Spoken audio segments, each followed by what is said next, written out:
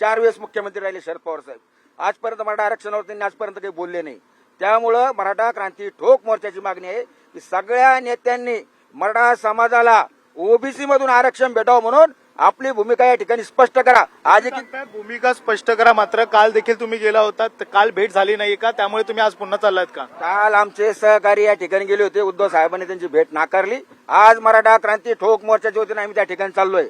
जर आमची भेट जर नाकारली तर मातोश्री समोरच आमचा ठिय्या आंदोलन या ठिकाणी सुरुवात होईल. नक्कीच भेट नाकारली तर त्या ठिकाणीच आंदोलन सुरू होणार आहे. हे फलक बघू शकतो की उद्धव ठाकरे यांनी पक्षाची भूमिका आहे ती स्पष्ट करावी. त्यामुळे अशा पद्धतीचे हे सगळे पोस्टर घेऊन आहेत ते सगळे मराठी क्रांती ठोक मोर्चाचे सगळे पदाधिकारी आहेत ते आता जाताना पाहायला मिळतात. त्यामुळे कुठेतरी ही गाड्या ज्या आहेत त्या आता सध्या सेलिंगच्या या ठिकाणी अडवण्यात आल्या होत्या. मात्र आता पुन्हा एकदा मातोश्रीच्या दिशेने ह्या सगळ्या गाड्या आहेत ते निघालेल्या पाहायला मिळतात. त्यामुळे आज उद्धव ठाकरे आपल्या पक्षाची भूमिका मांडतात का, हे उद्धव ठाकरे यांना हे सगळे पदाधिकारी भेटतात का, हे देखील पाहणं आता गरजेचं आहे.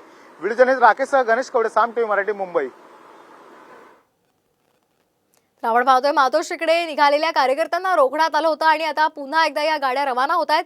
मराठा मोर्चाच्या पदाधिकाऱ्यांना सीलिंग जवळ रोखण्यात आलेलं आहे. ते मातोश्रीवर चाललेले आहेत. उद्धव ठाकरे यांनी आपल्या पक्षाची भूमिका स्पष्ट करावी अशी त्यांची मागणी आहे. जर उद्धव ठाकरे यांनी या संदर्भात भेट नाकारली किंवा त्या संदर्भात काही स्पष्टीकरण दिलं नाही तर मातोश्री समोरच ठिय्या मांडू असाही इशारा या मराठा क्रांती मोर्चाच्या वतीनं देण्यात आलेला आहे.